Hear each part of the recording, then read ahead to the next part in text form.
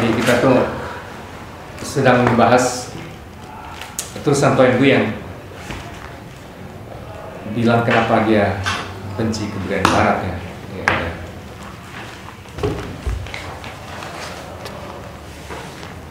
Beberapa hal yang dia ini, dan terakhir dalam bacaan kita adalah bahwa dia benci kebudayaan Barat antara lain karena sudah melahirkan peperangan macam-macam ya, dua perang dunia, telah menghasilkan komunisme, fasisme, sosialisme, sosialisme nasional, fasisme Mussolini, Hitler, McCarthy dan sebagainya yang memakan begitu banyak korban. Tindakan-tindakan kriminal yang skalanya besar pendeknya. Nah, ya kata dia, saya takut dan gemetar. Oh, ajaran Kristen kuno tentang kerendahan hati, tolonglah saya. Selamatkan saya dari budaya kontemporer Barat pasca Kristen yang penuh dosa atau kepuasan diri ini. Jadi dia pernah menyebut melontar isu bahwa Barat abad ke-20 adalah Barat pasca Kristiani ya. Maka isu the end of Christianity itu bersama dengan the end of Western civilization itu muncul dari dia sih waktu itu, terus jadi populer. Maka dia menyebut ini Barat pasca Kristen yang penuh dosa kepuasan diri ini. Semangat hidup saya akan jauh lebih berkobar-kobar jika saya bisa menjadi rekan Hindu Gandhi daripada menjadi rekan Barat Hitler, sebagaimana yang saya alami sekarang. Ya, saya yakin bahwa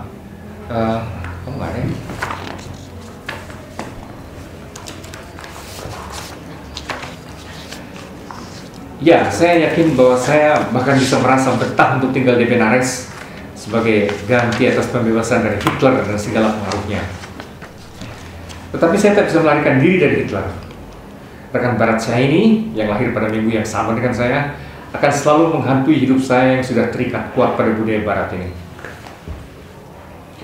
Lepas dari kejahatan-kejahatan Barat kontemporer, masih ada cacat celah lain pada kehidupan Barat yang saya rasa sebagai menjijikan. Karena dibenci pada perbudakan individu demi komunitas sebagaimana yang terjadi di Jepang pada masa lalu, saya pun, yang ini mungkin bahkan lebih, benci pada situasi di mana individualisme Barat kontemporer telah lenyap. Budaya Barat kontemporer adalah budaya yang tak mempunyai perasaan terhadap orang-orang lanjut usia. Budaya ini saya kira adalah budaya pertama sejauh ini di mana orang-orang lanjut usia tak punya tempat di rumah anak-anak mereka yang telah dewasa. Melihat kejamnya budaya Barat ini dengan kacamata non-Barat, saya jadi gemetar sendiri. Saya juga benci bisnis iklan di Barat. Bisnis ini memanfaatkan seni untuk mengeruk keuntungan dari ketololan manusia. Bisnis iklan memperlancar jalannya barang-barang yang tak perlu ke perut orang-orang yang sudah kekenyangan. Sementara 2/3 umat manusia yang hidup sekarang ini masih harus bersusah payah guna memenuhi kebutuhan-kebutuhan pokok untuk sekedar menyambung hidup mereka. Inilah sisi buruk dari masyarakat berkelimpahan. Dan jika dikatakan pada saya bahwa iklan adalah harga yang harus dibayar demi masyarakat berkelimpahan, saya akan langsung menjawab bahwa berkelimpahan itu telah dibeli dengan harga yang terlalu mahal. Harga lain yang mesti dibayar demi masyarakat berkelimpahan adalah standarisasi atas barang dan jasa-jasa yang diproduksi secara massal. Standarisasi ini pada dirinya sendiri adalah suatu pemiskinan yang memprihatinkan atas sisi material kebudayaan umat manusia. Dan dengan demikian membawa standarisasi spiritual yang adalah jauh lebih buruk. Nah, apa poin penting di situ? Jadi ada soal Barat yang berpuas diri, Barat modern yang sudah berkelimpahan itu puas diri, dan tadi yang ada kaitannya dengan pengabaian orang-orang lanjut usia itu individualisme macam apa ya?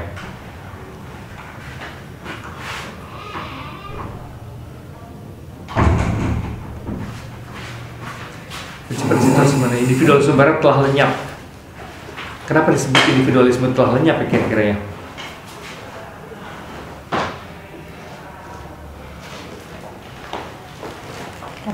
komunitas itu, Pak? Enggak, dia benci penindasan individu oleh komunitas seperti di dunia Jepang ya, dia nggak suka itu. Tapi di sisi lain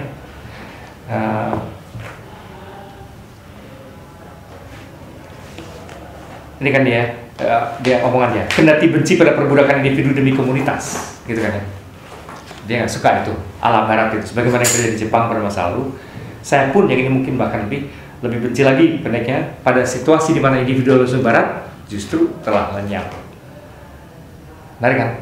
Dia tidak suka komunitarianisme, komunitas, komunalisme boleh dibilang gitu, yang menindas individu. Tapi dia lebih benci lagi ketika individu tidak ada lagi, individualisme pun tidak ada lagi sekarang di barat. Tapi di sini keterangannya kemudian adalah bahwa seperti individualisme tidak lagi karena lantas jadi tidak ada kepedulian antar individu kali. Aneh sih rumusannya ini ya. Tapi kalau saya melihatnya lanjutnya ke bisnis iklan. Jadi ketika orang-orang dijojor dengan ini yang seperti ini loh yang bagus, seperti ini yang cantik, jadi orang merasa kayak gitu ya. Jadi nggak ada individual. Di situ tuh ya, kalau kaitannya ke bawah ya. Kalau kaitannya ke bawah korek. Karena memang sih dunia perdagangan sekarang menghilangkan atau membuat kebebasan individu menjadi semu sebenarnya, karena menjadi kalau itu iya. Cuman ini kok langsung kalimatnya nyambungnya ke orang lanjut usia gitu loh. Itu kan rada aneh gitu. Budaya ini saya kira adalah budaya pertama sejauh ini di mana orang-orang lanjut usia tak punya tempat di rumah anak-anak mereka yang telah dewasa. Ya, pengabaian itu orang yang lanjut usia ya, memang iya, karena orang lanjut usia seperti kita bahas dalam kultur kematian. Itu kan dipinggir-pinggirkan semuanya di apa sebutnya itu, mereka sebut rumah jompo apa ya, old folks home ya. Nah kemudian dia bicara memang tentang iklan, tapi itu kaitannya dengan masyarakat berkelimpahan. Menariknya adalah itu. Dan ini rumusan yang menarik menurut saya, terjemahan dalam bahasa Indonesia. Bisnis ini memanfaatkan seni untuk mengeruk keuntungan dari ketololan manusia gitu ya. Jadi memanfaatkan seni untuk memperbodoh, untuk menipu manusia. Itu menarik. Dan apa katanya, memperlancar barang-barang yang tak perlu, memperlancar jalannya barang-barang yang tak perlu ke perut orang-orang yang sudah kekenyangan gitu kan. Yang dalam bahasa kita adalah apa ya, itu ngipas-ngipasin kebutuhan sekunder gitu kan ya, ngipas-ngipasin wants dan bukan needs kan, gitu kan. Desire bukannya needs. Ada komentar atas ini? Ini memang dia menyentil masyarakat berkelimpahan yang dari ekses dari kemodernan.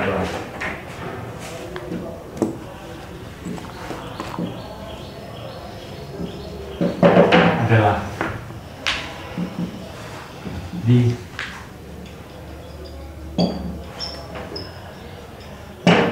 affluent society, masyarakat berkelimpahan, yang di dalam buku ini juga dibahas, saya kira oleh Herbert Marcuse, saya kira juga oleh beberapa orang lain lagi. Itu menjadi isu pokok. Sementara dunia lain non barat isunya masih masyarakat berkekurangan gitu kan ya. Dunia barat itu justru khususnya Amerika sih, itu sering dipersoalkan sebagai masyarakat berkelimpahan. Ya emang ironis. Kalau maksudnya saya akan langsung menjawab bahwa berkelimpahan itu telah dibeli dengan harga yang terlalu mahal. Terlalu mahal ini maksudnya gimana? Ya, jadi kalau dia kontraskan dengan apa yang terlalu mahal tadi,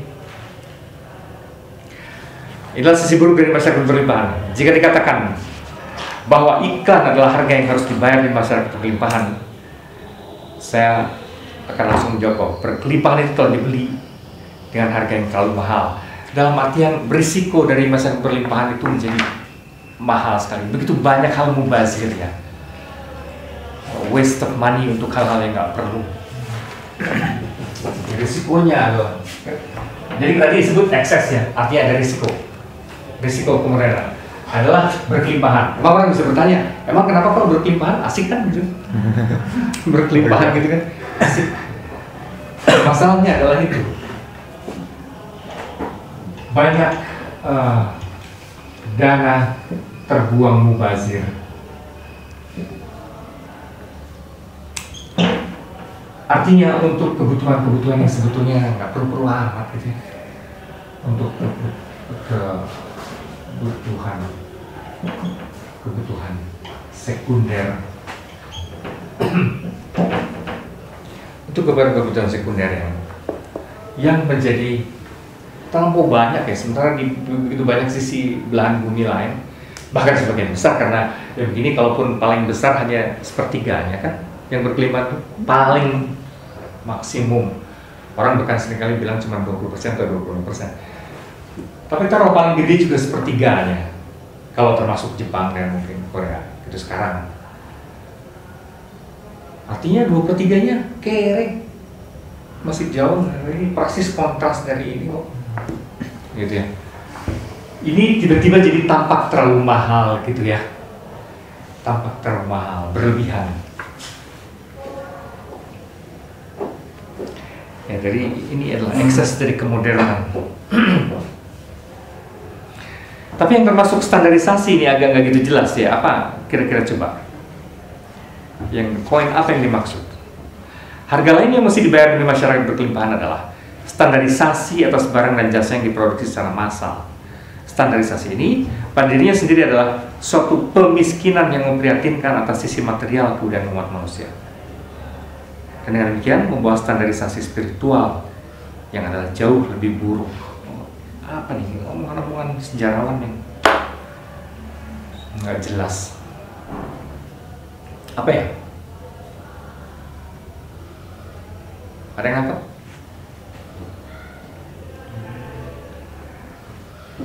Kenapa standarisasi barang dan jasa ya yang massal ini dianggap sebagai pemiskinan sisi material kebudayaan umat manusia?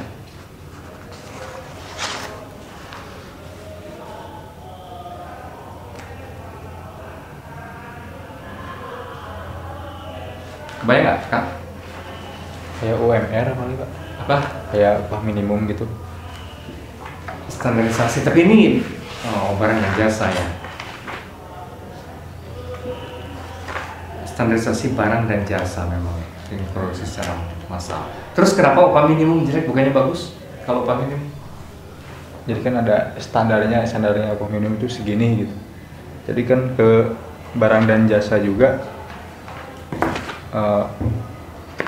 apa sih ada standarnya, misalnya standar supaya cepat rusak, supaya barang itu bisa produksinya lebih banyak, standarnya seperti ini gitu. Tapi kalau kaitannya dengan upah minimum lain loh. Kalau upah minimum mah bagus.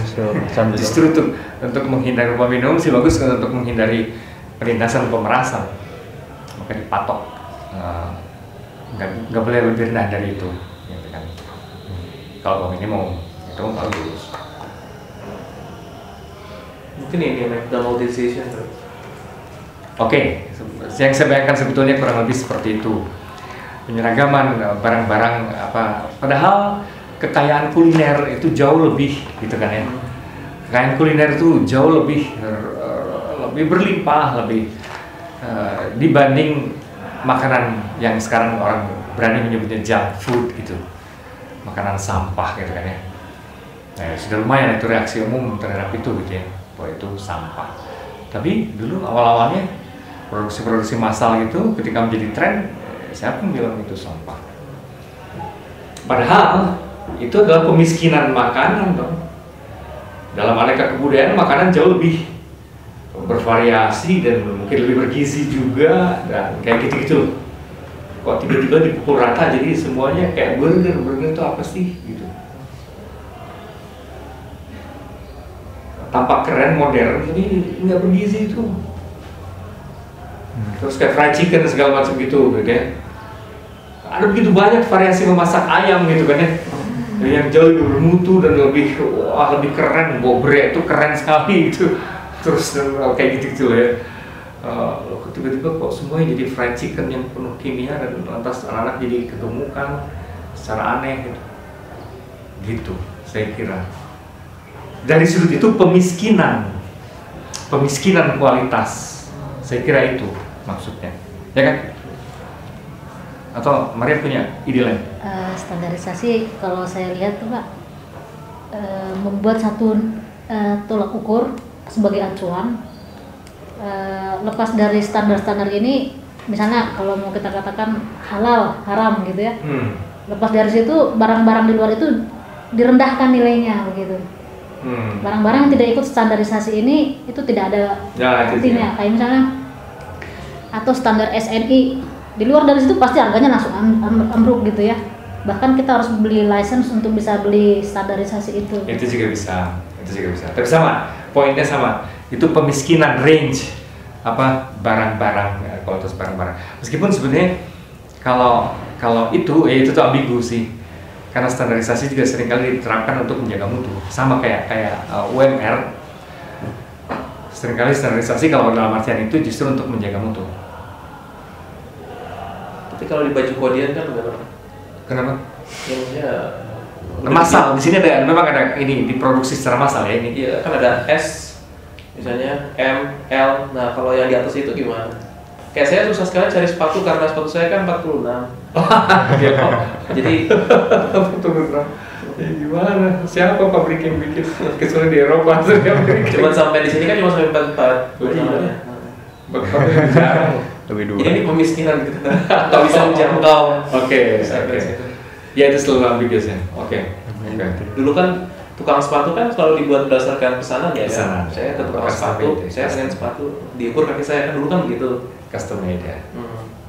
Custom made. Ya oke, logika itu masuk tiga. Standarisasi justru antara lain itu memiskinkan variasi. Ya menarik. Oke. Tapi kemudian dengan demikian bahwa standarisasi spiritual, memang enggak kegedean ya. Tapi saya kira, oke. Tapi kok spiritual sih jadinya gitu ya. Tapi kalau misalnya dikaitin sama karya seni, bukannya dulu yang zaman misalnya barok kayak gitu kan ada spiritualisme, tapi lama-lama jadi nggak ada kan? Ya mungkin standarisasi ketika modern masuk tuh, ini mah nggak penting gitu, yang hubungan dengan transendental gitu. Jadi bentuk ke dalam karyanya juga akan berbeda. Iya. Tapi di sini sih maksud seni bukan seni tinggi amat, cuman bagaimana para pengiklan ini ya, perusahaan-perusahaan kreatif ini, kreatif corporate komunikasi apa disebutnya TKV itu, desain komunikasi visual ya, itu tuh kreativitas kelompok-kelompok geng seperti ini nih, di satu pihak memang seni banget. Iklan tuh seni banget lah ya, tapi seni untuk menipu gitu, untuk ngakalin gitu. Seni banget kalau kita lihat iklan-iklan di TV itu, luar biasa kreatifnya, kok kepikir gitu ya, jadi gini, jadi gitu untuk menjajakan barang. Yang paling kreatif selalu adalah rokok, karena nggak bisa berterus terang ya, nggak bisa berterus terang rokok lah ini gitu, nggak bisa. Jadi dia harus pakai macam-macam, dipaksa kreativitasnya jadi gila, sampai ke nyambung nggak penting lagi gitu. Pokoknya menarik perhatian. Itu seni sekali. Itu imajinasi artistik cuma untuk nipu. Gitu maksudnya, tapi seni lebih dalam artian itu. Oke. Lanjut. Menengok kembali sejarah masa lalu Barat. Sebuah masa lalu yang masih merupakan masa kini ketika saya masih anak-anak. Saya mengagumi sukses Barat abad ke-19 dalam menunda masa birahi, pengalaman seksual, dan kegilaan-kegilaan seksual jauh setelah berlangsungnya masa puber fisik, penundaan masa birahi. Anda mungkin akan mengatakan pada saya bahwa hal ini menyalahi kodrat. Tapi menjadi manusia antara lain juga berarti menjadi mampu mengatasi kodrat dalam mengatasi keterbatasan manusia kita yang kita warisi dari nenek moyang purba kita. Nah, ini seperti isu sepele, tapi ini yang menjadi persoalan juga dalam masyarakat modern. Bahwa di ekses-ekses lain ya, tadi mesti disebutkan dari standarisasi barang yang segala macam itu ya. Nah, ini menarik. Standarisasi barang massal yang menjadi sama dengan pemiskinan spiritual. Ya, dibalik aneka barang-barang kan ada kebutuhan spiritual, kurang lebih kayak gitu ya. Barang-barang itu kan seperti akhirnya menjadi kebutuhan spiritual kita juga, bukan hanya kebutuhan biologis. Itu kan kebutuhan selera kita, hasrat kita segala macam itu. Maka standarisasi juga menghilangkan variasi barang-barang, sekaligus juga menghilangkan melukai, merugikan kebutuhan-kebutuhan yang lebih spiritual sifatnya. Nah, yang berikutnya ini juga menarik. Ekses lain dari kemodernan adalah upaya mengatasi kodrat ya. Nah, itu bisa ekstensif loh. Mengatasi keterbatasan kodrati. Bunyinya iya, tapi ketika ini urusannya misalnya soal naluri seksual misalnya kata dia,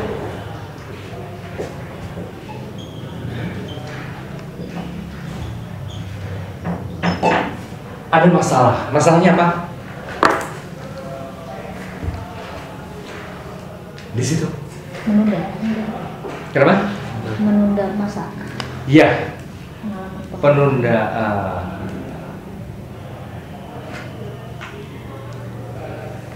dalam menunda ketika saya masih anak. Itu menjadi soal persisnya kenapa? Mungkin karena ini kali Pak ya.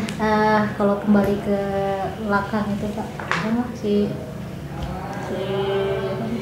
yang super ego itu.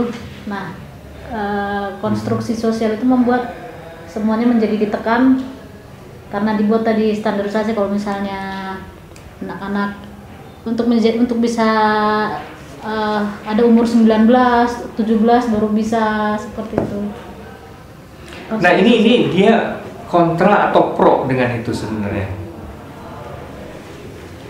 Kalau kodrati mah saya pikir kontra Pak.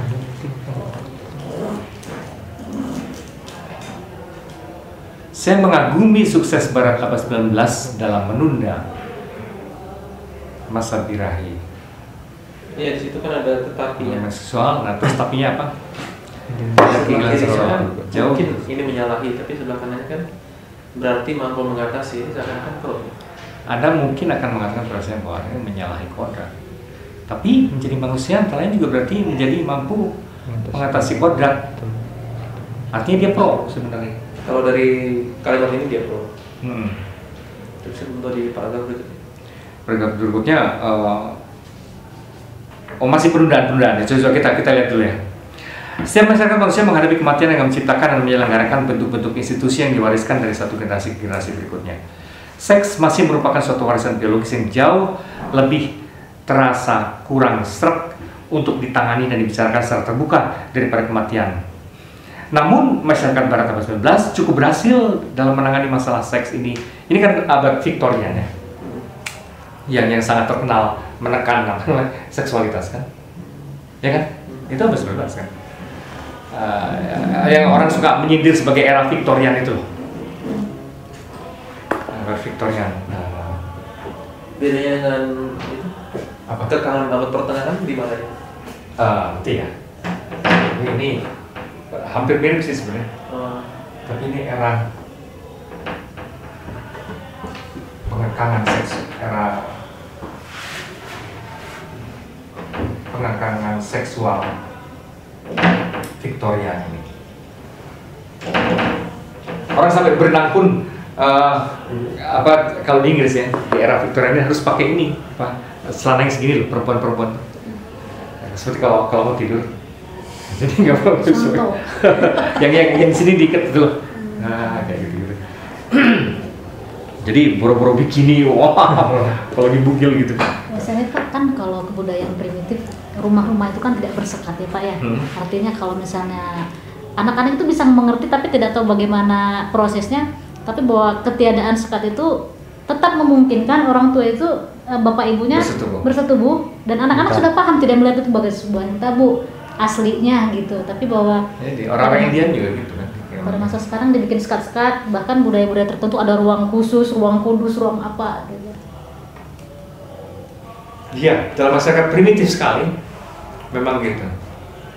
Kalau di Papua ke kebun, ke hutan. Kalau di Papua ke hutan. Bahkan anak-anak melihat itu, saya pernah dengar cerita melihat itu suatu hal yang bukan tabu, bahwa itu kebutuhan, oh itu kebutuhan orang tua saya, sudah gitu. Biasa aja. Rumah Dayak ya? Hah? Rumah Dayak misalnya? Nah bisa, yang rumah gadang itu yang rumah gadang. Enggak, soalnya kalau di begadang kan beda lagi. Tapi kalau rumah pajak sih pasti iya deh, karena non sekat. Di film apa ya? Rumah pajak Dayak. Iya, saya juga penasaran apa yang terjadi di situ. Karena di situ beberapa keluarga dan saya memang pernah lihat dokumenternya memang nggak ada sekat ya. Iya. Ya saya kira umumnya dalam masyarakat primitif bisa kita bayangkan lah apa namanya anak-anak. Tapi jangan lupa juga dalam hal pengetahuan barangkali mereka memang iya tidak tabu menyaksikan itu karena memang tidak memungkinkan untuk mentabui itu. Akan tapi mereka punya proses inisiasi loh. Ya, dan ritual itu yang lantas semacam memagari. Ada suasana ketakutan juga gitu loh untuk urusan seksual dan ada proses inisiasi untuk itu. Nah itu barangkali membalance semacam kayak apa ya, lebih tabu internal ya, apa kayak ketakutan kayak gitu. Tapi itu menarik tegangan seperti itu. Nah di sini saya terusin dulu ya. Seks masih merupakan suatu proses biologis yang jauh lebih terasa kurang seret untuk ditangani dan dibicarakan secara terbuka daripada kematian. Namun masyarakat Barat abad 19 cukup berhasil dalam menangani masalah seks ini. Dengan menunda masa perkawinan, berarti memperpanjang masa pendidikan. Keberhasilan ini dilengkapi dengan keberhasilan Barat abad 17 dalam menyingkirkan sikap membebek pada tradisi serta melahirkan sikap berani berpikir sendiri.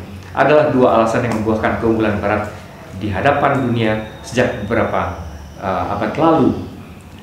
Sini problemnya adalah menunda gairah seksual birahi, tapi juga kemudian menunda perkawinan ya. Terus ini dulu. Orang Barat abad 19 dengan tepat mengecam institusi perkawinan di bawah umur yang ada dalam agama Hindu serta menyesalkan juga dengan tepat upacara di mana anak-anak laki Islam diperkenankan melakukan bunuh diri intelektual dengan melibatkannya ke dalam masalah seksual pada masa puber. Oh, dramatis sekali ngomongnya. Melibatkan diri dalam masalah seksual puber kok bunuh diri intelektual. Nah, celakanya Barat abad 20 sekarang ini justru mengikuti kebiasaan-kebiasaan orang Barat yang oleh Barat secara tepat dikecam, ternyata mungkin juga hanya secara sepihak dikecam. Jadi sekarang dia tidak suka Barat karena tidak lagi ada sepertinya ya penundaan itu, gitu loh. Justru loss gitu ya. Oh masih terus. Ketidaksabaran Barat kontemporer serta pemujaan secara buta atas kecepatan, hanya demi kecepatan itu sendiri telah menciptakan malapetaka, khususnya dalam bidang pendidikan anak-anak kita sekarang. Kita memaksakan pertumbuhan mereka, tak ubahnya seperti yang terjadi di pabrik peternakan ayam. Kita memaksakan mereka untuk sampai pada kesadaran seksual pada tahap yang terlalu awal. Bahkan kadang-kadang sebelum mereka lepas dari masa puber fisik. Terus terang saja sebenarnya kita ini merenggut dari tangan anak-anak kita hak untuk memiliki masa muda. Pemaksaan akan kesadaran seksual ini dimulai di Amerika Serikat, kemudian menjalar di Inggris, Dan siapa tahu sudah beberapa negara barat oleh sistem pendidikan yang saat ini telah terjangkiti dan dengan demikian dirusak moralnya. Secara keseluruhan, kebijakan yang kita pakai dalam didik kaum muda sekarang ini adalah paradoksal. Sementara kita memperawal usia kesadaran seksual dan seringkali juga usia pengalaman seksual, persis dengan yang dilakukan oleh orang Hindu, kita sekaligus juga memperpanjang masa pendidikan mereka. Kita memaksa anak-anak kita untuk mulai memiliki kesadaran seksual pada usia 12-13, dan kemudian kita menuntut mereka untuk memperpanjang masa pendidikan guna mencapai gelar sarjana sampai mereka menjelang usia 30. S3. Oh, S3. Apa yang bisa kita harapkan dari mereka untuk berkonsentrasi pada masalah pendidikan selama 16 atau 17 tahun yang terus-menerus dihantui oleh seks itu? Gitu ya. Jadi ada tegangan gitu ya. Ini dulu di abad 19 ini. Tadi saya mempersoalkan ini. Ini abad 19. Tapi sekarang ini kemudian ini masih bagus. Terus waktu itu ini masih good ya. Itu dianggapnya oke. Dan inilah yang termasuk bagi Toynbee rupanya mengatasi tendensi kodrati ya. Itu penundaan segala macam itu. Karena kemudian bagi dia rupanya ada unsur kayak gitu. Tidak segala hal yang naluriah gitu kan ya, tapi menata, mengelola yang naluriah kodrati. Tapi sekarang enggak. Apa namanya? Pengalaman dini boleh dibilang ya. Kesadaran dan pengalaman seksual dini di abad 20.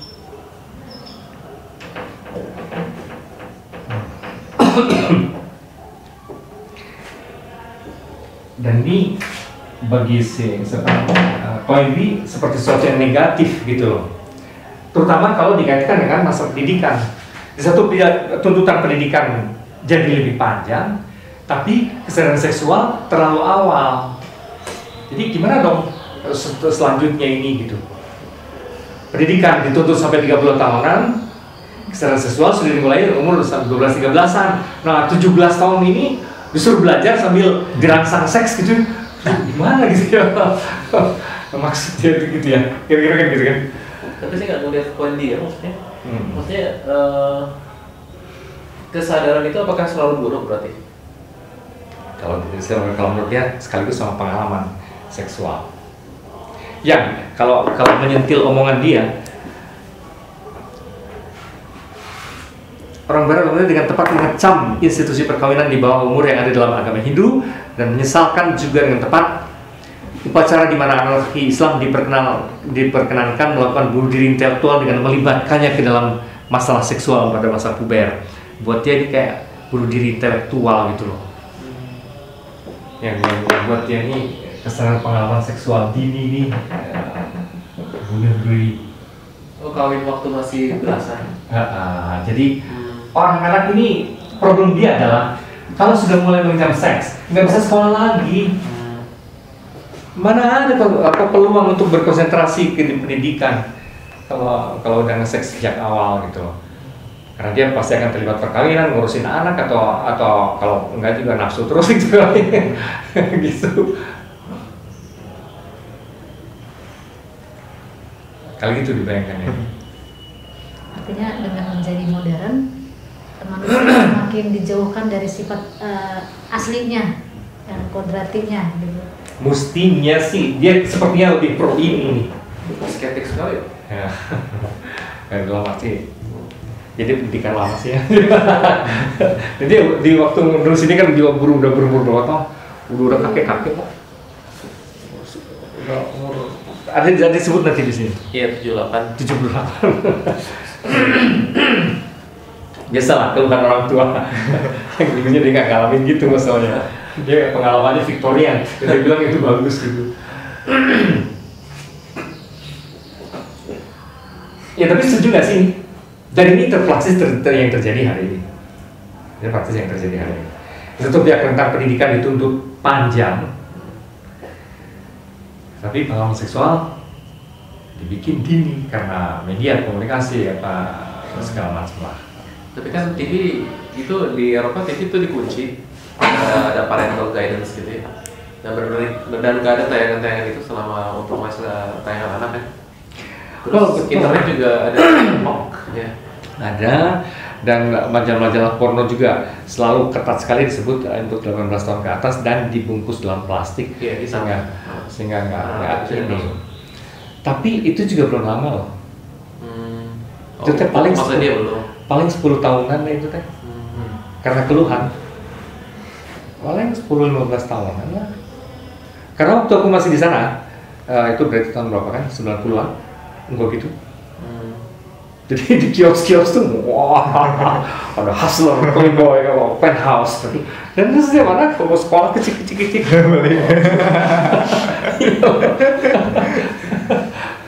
Enggak.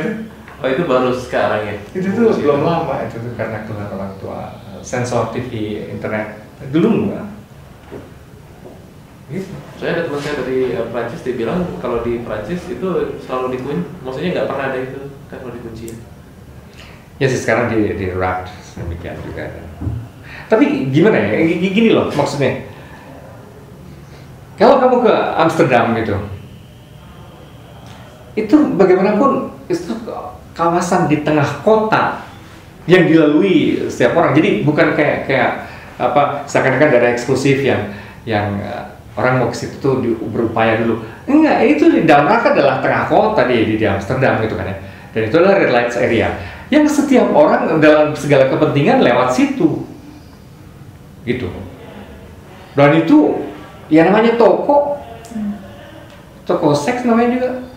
Dan namanya juga klub-klub gay, lesbian dan segala macam itu. Dan udah gitu tempat-tempat pelacuran yang menjajakan diri pakai jendela-jendela kaca gitu. Terus kamar-kamar para PSK itu satu kamar gitu kan, masing-masing satu kamar gitu. Ada jendela panjang sekali itu menghadap persis keluar jalan. Nah kalau cara mereka menjajakan diri kan gitu, cuma pakai segini gitu ya. Terus hai apa gini, apa namanya cara dia mengundang atau dia merias atau apa gitu ya, menggoda lah pendeknya, seducing gitu.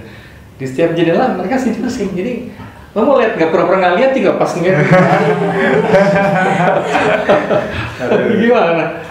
Terus penjajah alat-alat segala macam kan mereka harus taruh di etalase ya tuh.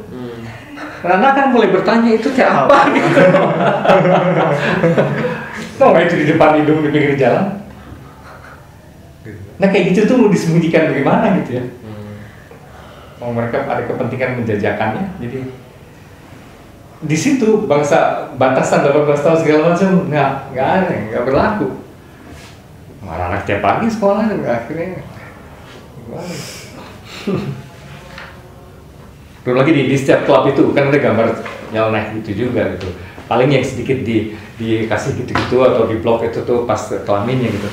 Tapi selebihnya gambar erotik lah di depan klub-klub itu. Namanya juga menjajakan acara jadi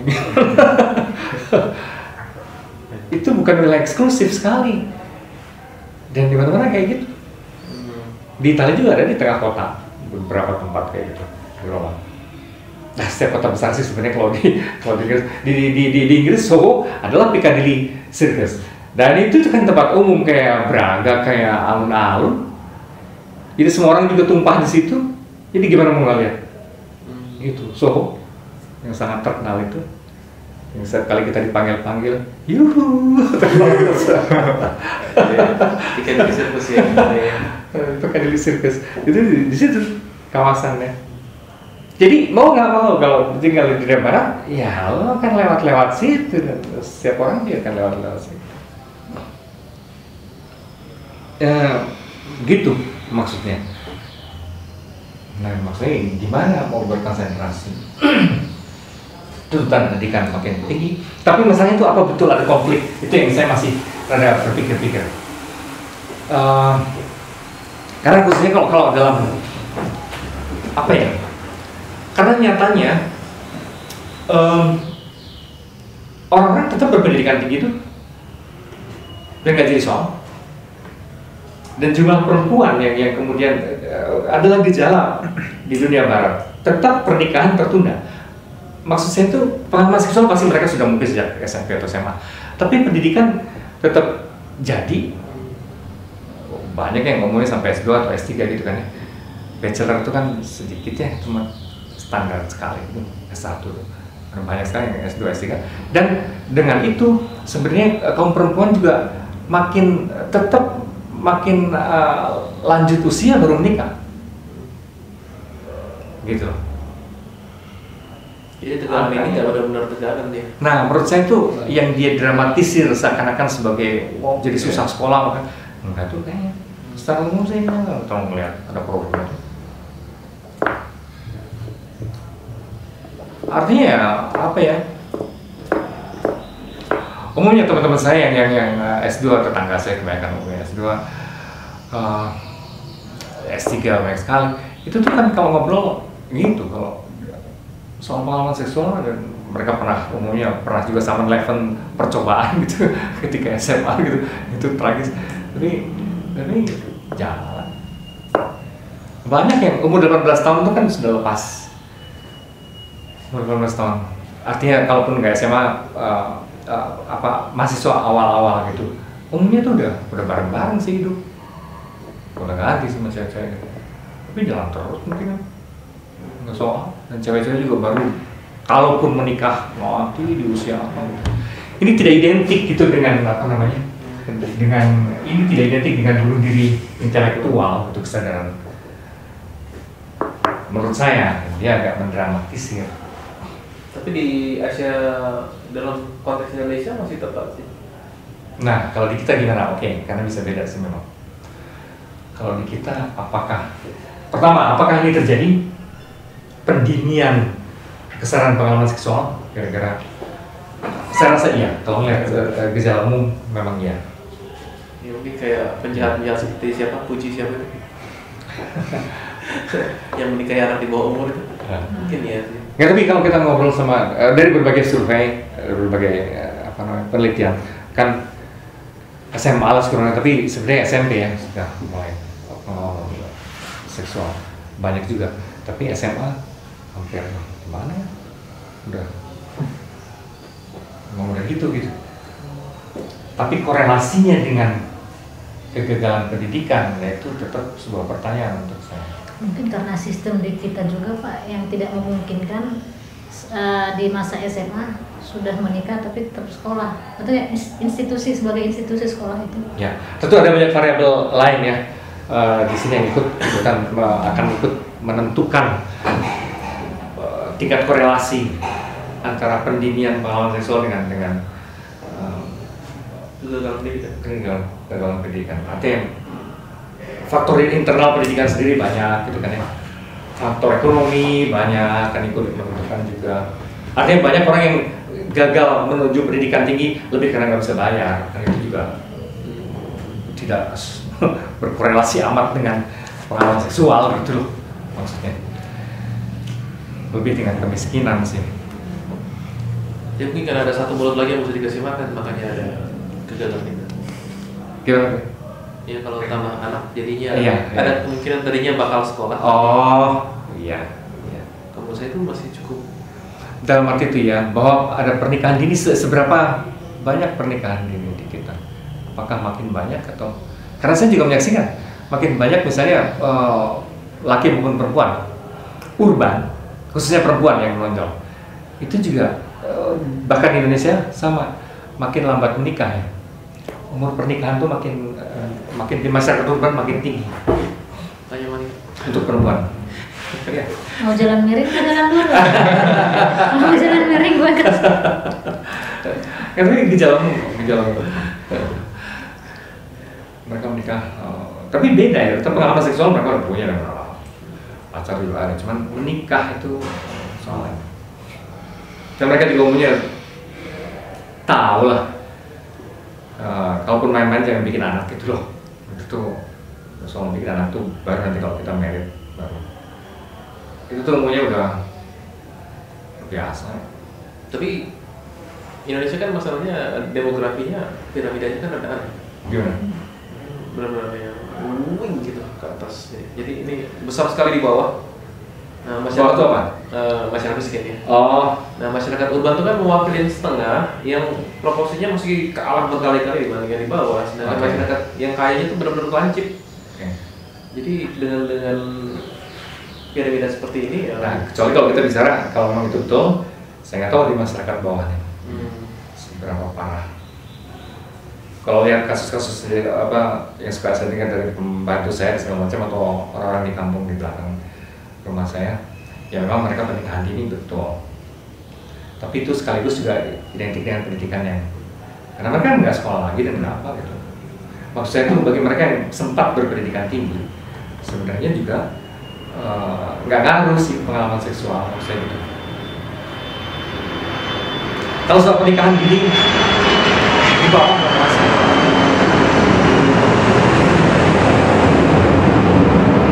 Oke, kita terus lagi. Ini masalahnya kan korelasinya dengan kalau si Toynbee ini korelasinya dengan pendidikan ya. Oke, gantian bahasa siapa? Batu. Secara keseluruhan kebijakan yang kita pakai dalam mendidik kaum muda sekarang ini adalah paradoksal. Benar kan? Iya, kita merasa bangga. 152. 152. Kita merasa bangga bahwa kini kita mampu menjaga pendidikan menengah sampai ke perguruan tinggi untuk setiap orang. Tetapi hal ini hanya akan sama saja dengan jaring angin jika kita kembali kepada kebiasaan nenek kita untuk memperpanjang masa prakesadaan seksual. Kalau dalam masalah yang amat penting ini kita tetap bertahan dalam praktik-praktik sebagaimana yang dilakukan oleh orang-orang Hindu, institusi-institusi pendidikan tinggi kita pada kenyataannya hanya akan menjadi klub-klub untuk mencari pasangan seksual. Terus sifat terlalu cepat dewasa dalam masalah seksual adalah salah satu cacat moral kebudayaan barat kontemporer. Salah satu cacat intelektualnya adalah upaya untuk membagi alam semesta ke dalam bagian yang semakin kecil. Upayanya telah mengkotak-kotakkan umat manusia ke dalam kelompok-kelompok pemerintahan nasional terpisah satu sama lain. Cacat yang lain adalah upaya untuk memisah-misahkan pengetahuan dan pemahaman ke dalam kelompok-kelompok disiplin yang juga terpisah satu sama lain. Saya benci nasionalisme dan saya benci spesialisasi, dan kedua-duanya adalah ciri pokok keterlaluan bagaimana. ya, oke. Jadi masih bicara soal seksualitas, pengalaman seksualitas tadi terlalu dini. Tapi kemudian dia ada unsur baru lagi, apa? Nasionalisme. Enggak. Ada. Atomisme. Iya, apa namanya? Cacat intelektual adalah untuk membagi-bagi alam semesta ke dalam bagian-bagian yang semakin kecil ya, atomisme. Sering bisa disebut sebagai atomisme ya. Tendensi atomisme ya itu memilah-milah segala, membagi-bagi semua sampai ke unsur yang paling kecil. Membagi-bagi segala hal ke tingkat terkecil. Tapi juga bersama dengan ini ada diferensiasi ya, spesialisasi.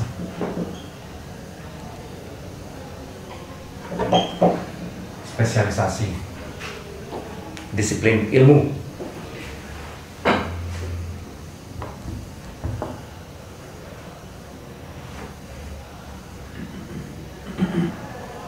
Tapi efeknya sebenarnya upaya yang tadi kesannya atomisme ya, itu dia menariknya jadi ke wilayah ini loh, pembagian negara-negara, nasionalisme, bahwa entitas besar dibagi ke dalam negara-negara gitu kan ya.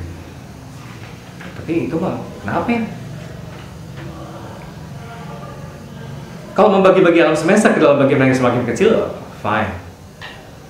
Dalam sains, dalam fisika, segala macam itu dalam arti atomisme, ya itu banyak cacatnya, tapi kemudian dikritik lain. Maksud saya arahnya lain. Tapi ini kok jadi nasionalisme kaitannya?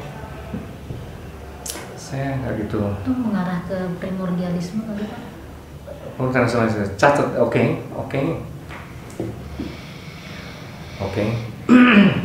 Dalam arti orang. Tarik ke Nazi yang Ya, kalau contohnya Nazi itu menjadi tepat ya, artinya dalam arti diskriminatif, dalam arti itu tendensi dalam arti nasionalisme. Saya kira ini, nah mungkin maksudnya diskriminatif.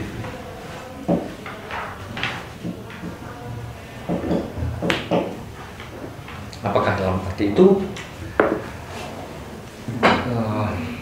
kita jadi terpisah sama lain? Tapi ada cacat lain, apa katanya memisahkan pengetahuan dan pemahaman ke dalam kelompok-kelompok disiplin tadi ya, spesialisasi ya.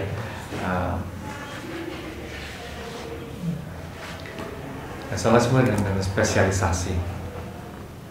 Mungkin itu yang menjadi kritiknya Marx itu Pak, menjauhkan bahkan subjek manusia dari hasil kerjanya, menjauhkan manusia dari judul besarnya gitu. Jadi karena menjadi bagian-bagian kecil.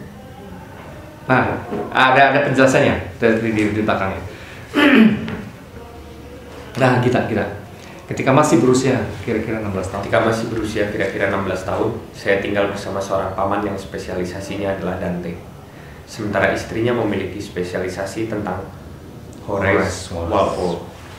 Perpustakaan mereka sebenarnya tak lebih terspesialisir daripada diri mereka sendiri, dan saya senang sekali membaca buku-buku yang ada di situ. Ketika saya akan meninggalkan mereka, paman saya berkata, "Arnold, saya dan bibimu sama-sama mendapat kesan bahwa minatmu terlalu umum. Kau harus mengambil spesialisasi." Saya hanya diam, tapi dalam hati saya yakin bahwa saya takkan pernah mau menuruti nasihat itu. Dan memang apa yang saya lakukan sejak itu sampai 60 tahun kemudian adalah yang sebaliknya. Terus. Sejak pertama kali, saya menjadi sadar akan lingkungan budaya asal saya. Teknologi barat telah menemukan mesin-mesin baru yang semakin hari semakin canggih. Waktu kecil, apa yang saya pelajari adalah naik sepeda. Bagaimana mungkin saya lantas diharapkan untuk sekaligus mampu mengendarai sepeda motor dan kemudian menyetir mobil? Saya mulai belajar mencukur jenggot pada zaman pisau cukur model lama. Dan kemudian muncullah hasil penemuan Tuan Gillette yang jauh lebih mudah dan enak dipakai. Tapi bagaimana mungkin saya lantas dituntut untuk menggunakan alat cukur elektronik? Seorang rekan dari Amerika pernah menghadiahkan kepada saya sebuah alat cukur elektronik. Nggak deh. Iya, loncat tuh 156. Loncat 2 halaman. Oke, kasih apa ya? Kalau diduga-duga barang itu sampai sekarang tidak saya pakai.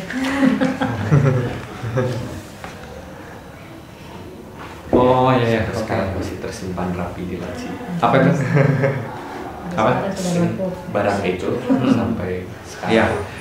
Karena itu tapi sekarang masih tersimpan rapi di laci tanpa pernah saya pakai. Pernah saya pakai. Oke, tapi apa maksudnya? Tapi seperti nggak ada kaitan yang bagian paragraf kedua tadi dengan yang pertama ya. Yang pertama masih hanya menyebut bahwa dia tidak suka spesialisasi ya. Tidak suka spesialisasi. Dan dia memang sejak awal sepertinya minatnya sudah terlalu umum. Nah, terus poinnya yang alat teknologi ini. Waktu kecil ya saya pelajari naik sepeda, bagaimana mungkin saya lantas diharapkan untuk sekaligus mengendarai sepeda motor, menyetir mobil. Oke, saya lanjutkan dulu. Sekarang ini saya banyak bepergian dengan mobil dan kapal terbang. Semakin cepat suatu jenis kendaraan menempuh jarak, semakin kecil kemungkinannya untuk memenuhi hasrat penumpang yang ingin melihat pemandangan sekitar. Perjalanan jauh saya yang pertama kali adalah perjalanan ke Yunani untuk tahun 1911 dan 12. Saya menempuh perjalanan ini dengan berjalan kaki, dengan ransel di punggung. Waktu itu saya sungguh-sungguh bebas seperti burung. Saya bisa pergi ke tempat-tempat yang bahkan seekor keledai pun tak mampu menjangkaunya. Saya bisa melihat pemandangan alam sepuas hati saya. Itulah perjalanan yang paling memuaskan sepanjang hidup saya. Beberapa hari yang lalu saya menempuh 3 jam perjalanan dengan menunggang keledai dari sebuah lapangan terbang kecil ke sebuah gereja di Lalibela, Ethiopia. Sekali lagi, saya melihat dunia nyata, sebuah dunia yang belum tercemar oleh mekanisasi barat. Saya sungguh-sungguh merasa at home di sana. Mesin-mesin selalu membingungkan dan menggelisahkan saya. Tapi apa boleh buat, saya telah dilahirkan pada zaman mesin di barat. Kenapa saya tak dilahirkan di Syria pada abad ketiga sebelum Kristus, atau di Cina abad 17? Seandainya itu terjadi, tentu saya tak akan terganggu oleh mesin-mesin, sebagaimana yang saya alami di dunia barat kontemporer sekarang ini. Saya secara jujur sungguh-sungguh benci pada sisi mekanis kehidupan barat kontemporer yang di mata dunia merupakan inti pokok dari budaya barat kontemporer. Itulah beberapa alasan kenapa saya benci kebudayaan barat kontemporer. Tapi sebagaimana telah saya katakan pada awal tulisan ini, kebencian saya bukanlah suatu kebencian yang bersifat antipati. Cucu-cucu saya bagaimanapun juga tetaplah orang barat, dan saya sungguh-sungguh mencintai mereka. Lebih dari itu, saya ingin bahwa mereka pun kelak mempunyai cucu yang juga akan mempunyai cucu. Saya merasa sedih setiap kali membayangkan bahwa orang-orang barat akan melakukan bunuh diri massal dengan melibatkan diri dalam Perang Dunia Ketiga yang kali ini akan melibatkan banyak sekali senjata atom. Ilmu pengetahuan dan teknologi barat telah berhasil menentukan tenaga atom serta menguraikannya. Saya tak mencintai ilmu pengetahuan barat karena telah menghasilkan penemuan yang mematikan ini. Tetapi saya masih memiliki keyakinan bahwa akal sehat para politikus barat masih mampu mencegah terjadinya bunuh diri massal. Jika demikian, maka akhirnya saya tak menilai rendah budaya barat. Serendah penilaian yang saya lakukan ketika saya sedang merasa jengkel pada tingkah laku barat yang semakin memprihatinkan itu. Jadi yang berikutnya inilah adalah dunia mekanis ya, dunia mekanis, dunia mesin yang kenapa dia nggak suka sih sebenarnya terhadap dunia mesin tadi? Kenapa dia suka perjalanan yang backpacking? Iya, dia tidak melihat alam semesta, tidak mengalami pengalaman, jadi barangkali menjadi miskin ya. Kalau naik pesawat gitu, persis yang seperti yang dibilang orang dulu. Banyak kawan-kawan saya masih suka mengeluhkan dulu ketika ke Jakarta masih lewat puncak segala macam, memang melelahkan tapi menyenangkan juga. Karena saya bisa berhenti di sini, bisa di situ, makan enak, atau istilah mereka gitu kan, makan enak di sini. Terus bisa berhenti melihat orang gantole, bisa jalan lagi gitu. Sekarang tuh cenderung ngantuk kan yang 12 atau ya udahlah berhenti di satu ini ya. Ya kebetulan sekarang bagus juga sih tempat perhentiannya gitu. Tadi banyaknya pemiskinan pengalaman melihat kontak dengan sekeliling segala macam itu. Gila juga dia jalan dari Inggris sampai ke Yunani. Backpacking. Iya. Berarti kira-kira umur tahun 1912 ya? Belum ada ini pencoleng Somalia. 1912. Itu berarti masa-masa perang dunia pertama ya? Sebelum ya? Itu kan 1914 bangun yang pertama, 1918. Sebelumnya, hampir ya. Itulah perjalanan yang paling memuaskan. Tapi memang dia tipe begitu, makanya dia suka sekali segala kebudayaan lain ya yang non barat, karena memang dia melihat. Dan dia banyak sekali nongkrong di negara-negara non barat itu untuk survei, riset, melacak sejarah dan segala macam itu. Kayak Levi Strauss ya, Margaret Mead.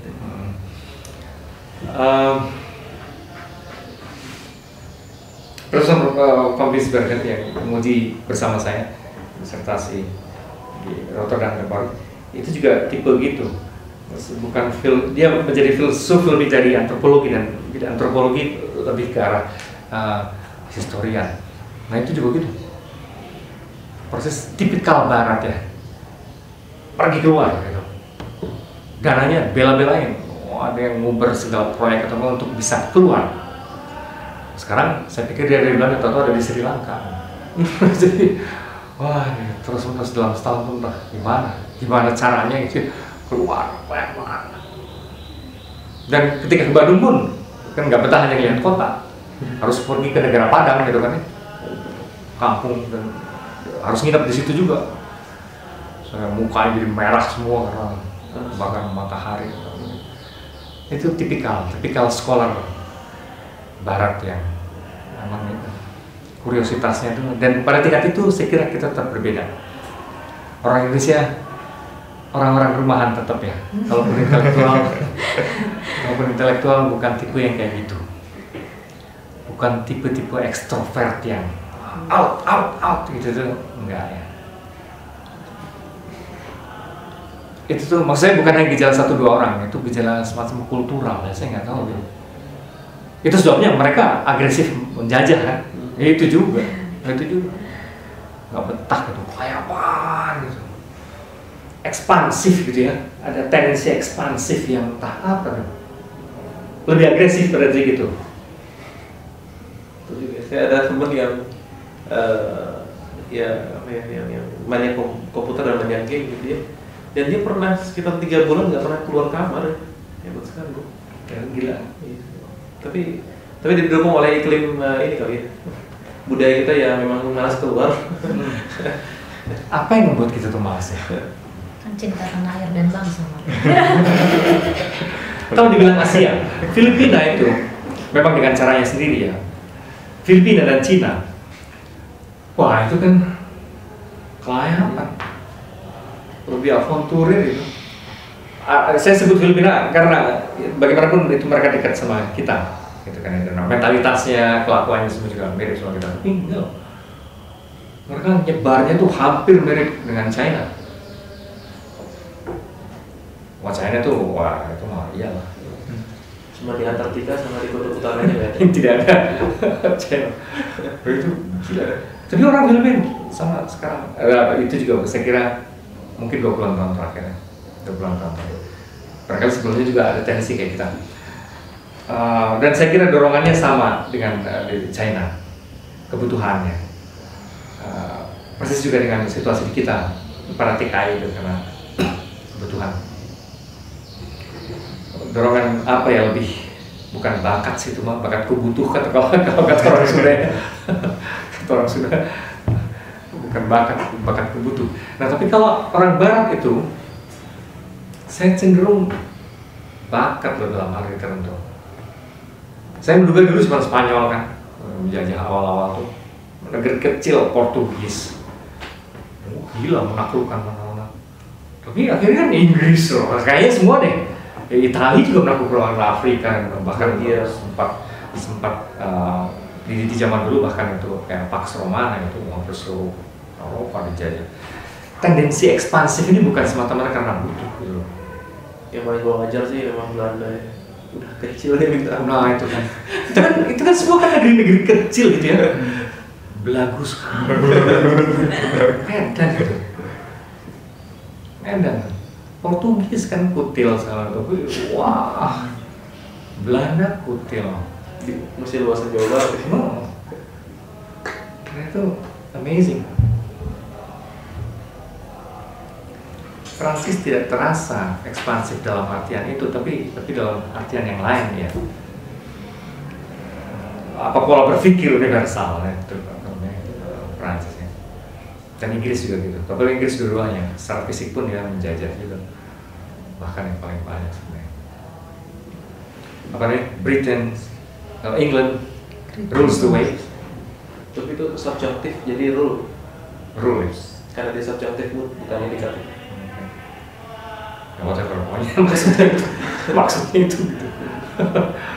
Ungkapannya kayak gitu. Nah itu sejak kecil mereka dididik ya. Anak-anak sejak kecil kalau belajar peta selalu ada warna pink. Selalu ada warna pink. Ya suatu kali kan saya ngobrol sama bule yang lama di sini, orang Inggris. Sebenarnya orang Inggris itu gimana, karena dalam banyak hal atau cenderung arogan segala macam dan dingin, dan you have to break the ice baru ya, gimana ya memang katanya dari kecil tuh memang dibikin arogan ya dalam banyak sisi. Saya antara lain waktu saya sekolah tuh kata dia, dari sedikit kalau belajar peta kan anak SD itu sudah selalu banyak sekali warna pink, artinya itu jajahan Inggris. Jadi wah itu tuh sejak kecil tuh belagu banget itu. Memang ini penguasa dunia Inggris. Belum lagi nanti ada sejarah deklarasi hak asasi manusia, saya Inggris, Bill of Rights, itu inisiatifnya. Yang paling toleran semua Inggris, semuanya Inggris. Makanya Inggris sekali. Kayak gitu. Tapi sebenarnya dalam berbagai porsi yang berbeda, hampir semua negara barat kayak gitu. Nah, kita hampir tidak memiliki agresivitas itu, perasaan superioritas itu, ekspansifnya itu. Nah, apa ya? Itu emang gitu. Kita terus jadi korban kayaknya. Karena dia sebenarnya bukan karena kalah canggih atau apa, karena mungkin lebih nggak agresif. Tapi kalau Filipina aja bisa berubah, ya kultur yang dekat berarti kita juga bisa berubah. Itu menarik. Bagaimana bangsa-bangsa ini juga cultural trait-nya sepertinya berubah. Oke, karena kebutuhan. Karena kebutuhan itu juga ekspansif tapi dengan cara lain, bukan menaklukkan, menghambakan diri. itu lucu juga. Kita ekspansif tapi mereka menghambakan diri lain. Kalau mereka menaklukkan kan, mereka menghambakan diri. Nah, kalau China itu tidak, jadi in between. Mungkin awalnya bisa menghambakan diri, tapi lama-lama dia jadi tuan. Itu lain. Kalau orang dari negeri China lain, karena ada semacam prinsip wira swasta, kemandirian, kewirausahaan itu. Awalnya mereka cuma ngejualin korek-korek api, peniti atau apa gitu, nggak ada agennya gitu. Lama-lama gue jual sendiri. Lama-lama gue buka restoran. Dan itu cepat loh. Saya menyaksikan dengan takjub gitu. Gadis yang setiap kali kedinginan karena menjual korek api di suatu sudut jalan setiap kali saya mau kuliah ya, di rumah. Di akhir perkuliahan saya, dia sudah punya loh restoran Cina. Dan bisa di tempat dia biasa nongkrong berdiri itu Jualin apa? tadinya korek api, peniti, terus benda-benda kayak gitu-gitu. Dari Cina kayak gitu, yang kayak asongan gitu ya. Dan dia setiap kali bersaing sama orang Afrika, mereka disebut hawkers, PKL. Hawkers, hawking jadi apa ya? Hawking. Jadi berapa selalu kursi dengan setengah mati kayak gitu. Nah itu cewek satu dengan beberapa temannya sama orang Afrika. Setiap kali saya ketemu itu dan menjajakan kayak gitu ya, apapun lah yang bisa dijualin gitu. Selama-lama dia rada jarang kelihatan gitu. Sepertinya dia jadi agen yang kali.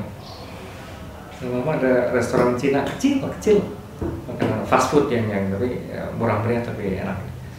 Dan saya juga coba sini pas saya yang loh dia, kok hebat sekali.